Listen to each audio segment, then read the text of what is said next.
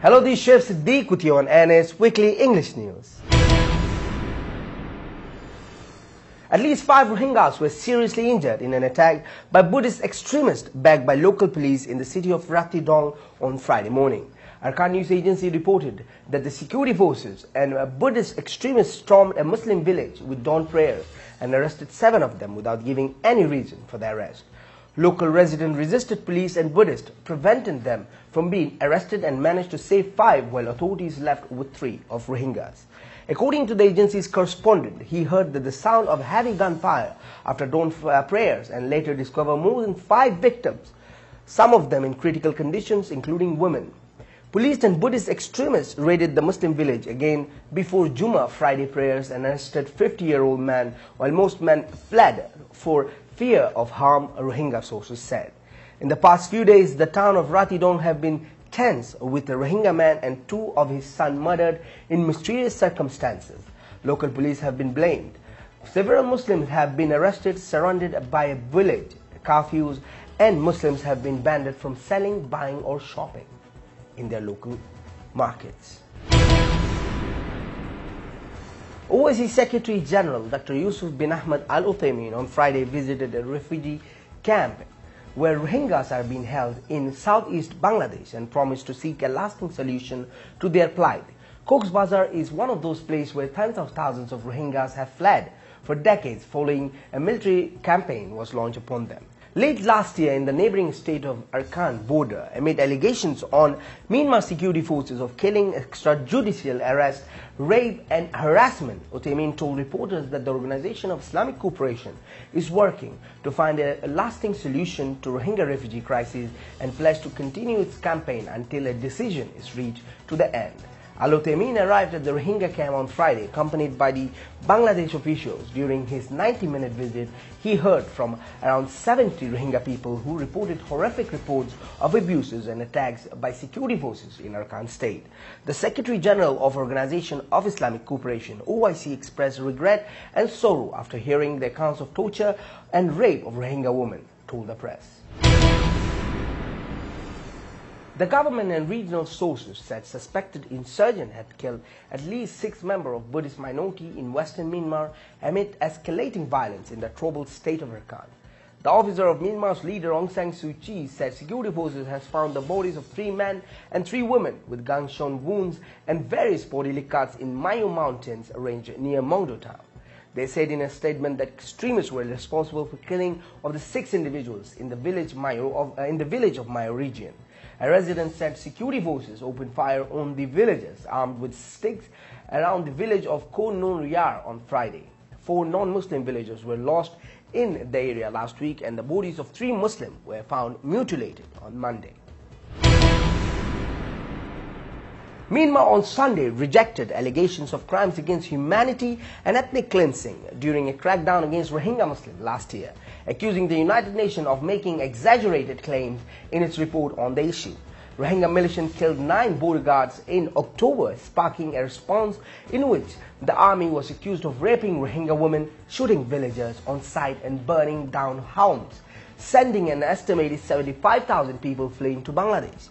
A UN report in February said security forces instigated a campaign that very likely amounted to crime against humanity and possibly ethnic cleansing. This led to establishment of a UN probe, which is being blocked by the Myanmar authorities.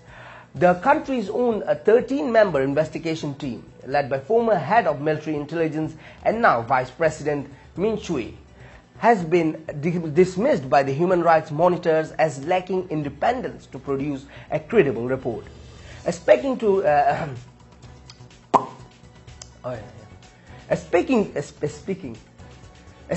reporters gathered in Yangon to conclude its 8-month-long probe, Min Chui said the UN report exaggerated the claims and created misunderstanding for the international community. There is no possibility of crime against humanity, no evidence of ethnic cleansing, as per UN accusation, said Min Chui. He added that some people from abroad have fabricated news claiming genocide had occurred, but we haven't found any evidence, he added.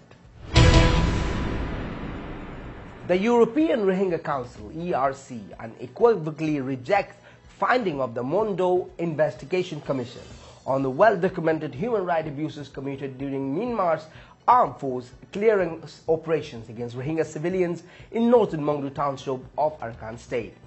There is no possibility of crime against humanity, no evidence of ethnic cleansing of Rohingya, claimed Min Sui, as he reads a statement in front of mostly local reporters in Yangon on Sunday, 6 August.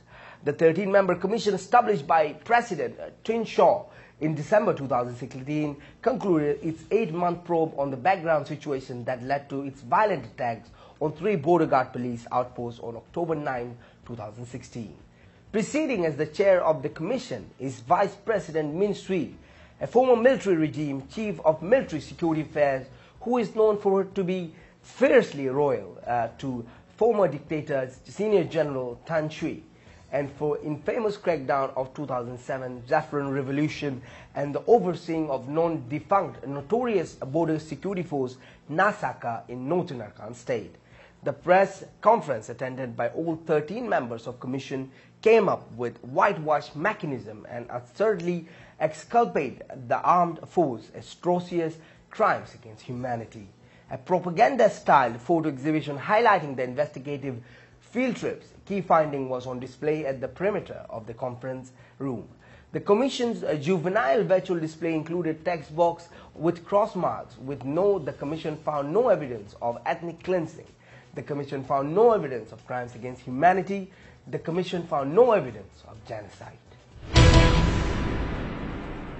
The Myanmar regime has sent a number of helicopters which began circulating in large areas of the city of Rathai Dong, especially in Muslim-populated areas, to repeat the beginning of scenario of military campaign launched by the government forces in October 2016. Arakan News Agency received videos from local residents who spotted the helicopters hovering over their areas amid tensions between Muslims on one hand and regular forces and Buddhists on the other.